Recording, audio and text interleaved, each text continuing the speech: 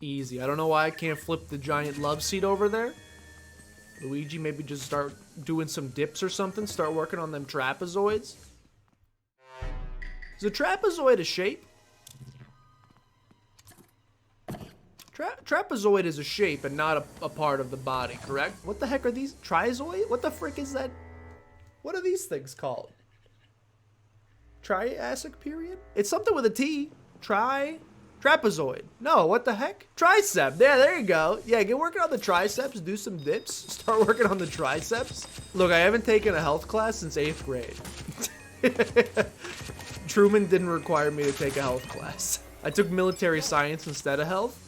They didn't teach us about our trapezoids. WTF is military science. It's exactly what it sounds like. Basically, like, our college required you to take a health credit of some sort, which was composed of both of the in-class portion of the health thing, which is just learning your stupid, boring health stuff, and then also the physical portion, which is like a gym class, basically. Or you could take a...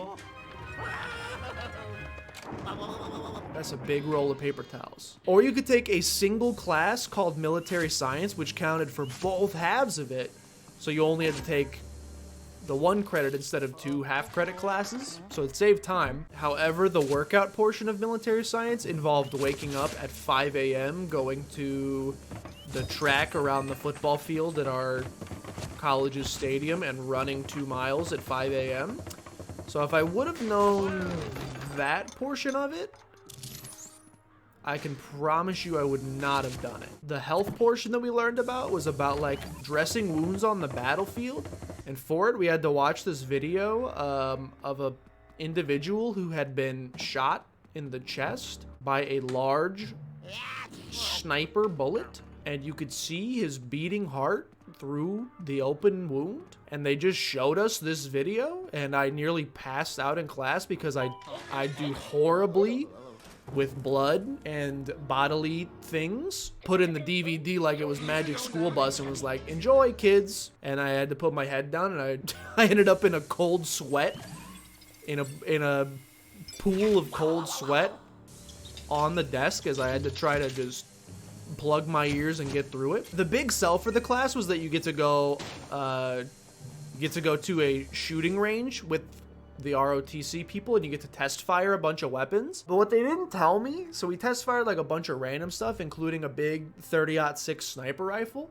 And what they don't tell you, or at least what they didn't tell me, probably because I think it's funny, is that it's not like Call of Duty. In Call of Duty, when you have a sniper and you zoom in, the whole screen becomes the sniper, which to someone like me who is very unfamiliar with firearms and weaponry, my brain said, okay, I'm firing a sniper rifle. Just go ahead and put your eyeball up to the scope.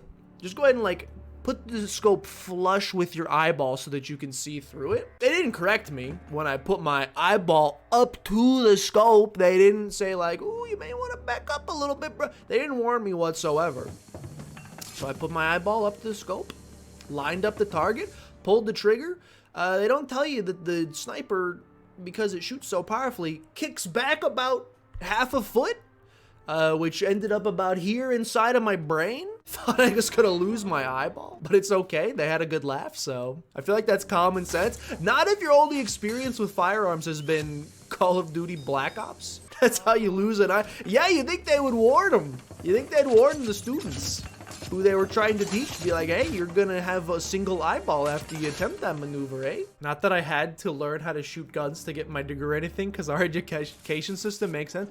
Excuse me, do you not think that that was a very relevant course to my current field in which I am employed? I use my training constantly, all the time. When my boss comes to me and she's like, hey, can you work on the copy for this website? I'm like, yeah, let me just dip back into my cerebellum. Let me think about that dude who had a gaping chest wound, and let me think about how to address that.